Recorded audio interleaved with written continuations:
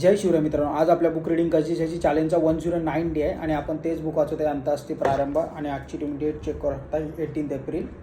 So आजचा आपला topic आहे गुरु कोणाला करावे. सो गुरु आपल्याला स्वतंत्र व्हायला शिकवतो, आपल्याला स्वावलंबी व्हायला शिकवतो, स्वतंत्र जगायला शिकवतो. आणि आज आपण जितकी पण महान लोक पाहिले त्या सर्वांचा कोणता कोणतरी गुरु आहे. आपल्या आयुष्याला वेग प्राप्त करून देण्यासाठी आपल्याला गुरुची आवश्यकता असते. आपली स्पीड जी रेग्युलरची आहे त्याच्या 2, 3 आणि 4 टाइम्स तो वाढवू शकतो जर आपल्याकडे गुरु असेल तर, कारण त्याचं मार्गदर्शन खूप महत्त्वाचं असतं. गुरुची निवड करताना त्याच्या ज्ञानाच्या, नैतिकतेच्या आणि त्याच्या अनुभवांचा गुणांचा विचार करून एक ठराविक आणि सशक्त मार्गदर्शन प्राप्त करणे आवश्यक आहे. त्यामुळे गुरु हा आपल्या जीवनातील अनिवार्य आणि प्रेरणादायी घटक ठरतो. मित्रांनो, आता ॲज पर भगवद्गीता सेईंग जेवढं मी वाचलेलं आहे, 2 प्रकारचे गुरु असतात. एक तर आध्यात्मिक गुरु असतो, दुसरा असतो भौतिक गुरु.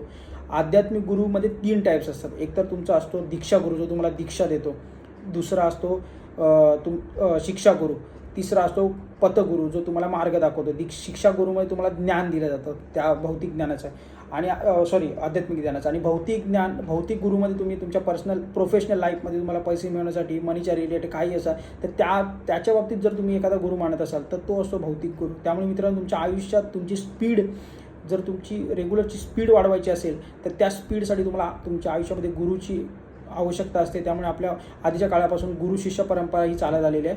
त्यामुळे नक्कीच तुम्ही तुमचा गुरु हा व्यवस्थित निवडा आणि त्याच्या मार्गदर्शनानुसार तुम्ही भरपूर पुढे जाऊ शकता.